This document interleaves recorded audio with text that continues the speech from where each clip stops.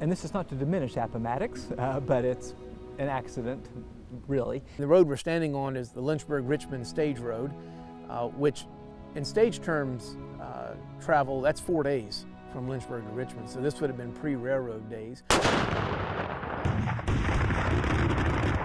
In the wake of the fall of Petersburg and Richmond during the first week of April 1865, Lee and the Army of Northern Virginia made their way west, hoping to be able to get to a point to turn south and join Confederate forces in North Carolina, and perhaps find some way to try to fend off the Union armies under U.S. Grant and William Tecumseh Sherman. The entire Army of Northern Virginia that General Robert E. Lee commanded is moving on this road, headed in a westwardly direction toward Lynchburg.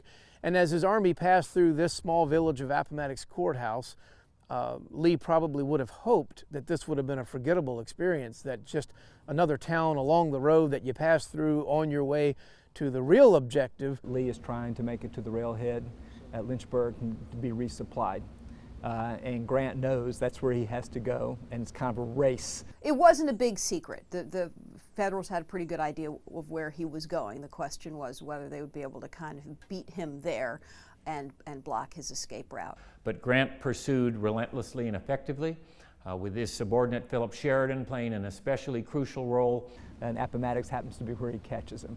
And in fact, it was on this road right behind me, in fact the field in the distance, that Federal forces will show up in Lee's front on the west.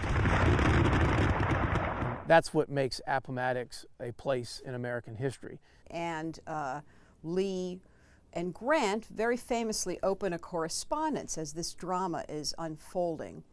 Grant writes Lee and says, in effect, the time has come to surrender, and Lee writes Grant back. At first, Lee demurs and says, we're not at that point yet. Lee is still maneuvering at this point, trying to buy himself some time. But by that time, quite a few of the Confederate soldiers had decided, this is hopeless. And I think maybe I've been loyal to Bobby Lee all this time, but maybe it's time to go home. There is straggling, and there is desertion, and there is a sense on Lee's part, something he is loath to admit because he doesn't want to seem to take his own troops to task. He felt the men in the end didn't fight with the spirit they had earlier in the war. And by April the 9th, Lee realized that he really had no options left, and that led to the famous meeting between the two great commanders in Wilmer McLean's parlor. There's a staff officer for General Lee, Lieutenant Colonel Charles Marshall. Marshall's actually the one that picked the McLean house. And I think one of the reasons why is it is a nice home. This is a very simple, small village. Architecturally, there's really nothing outstanding about this village. I'm sure Marshall had seen hundreds of towns just like this throughout the war. And probably when he saw the McLean house, realized that, yeah, this is probably where the meeting should be.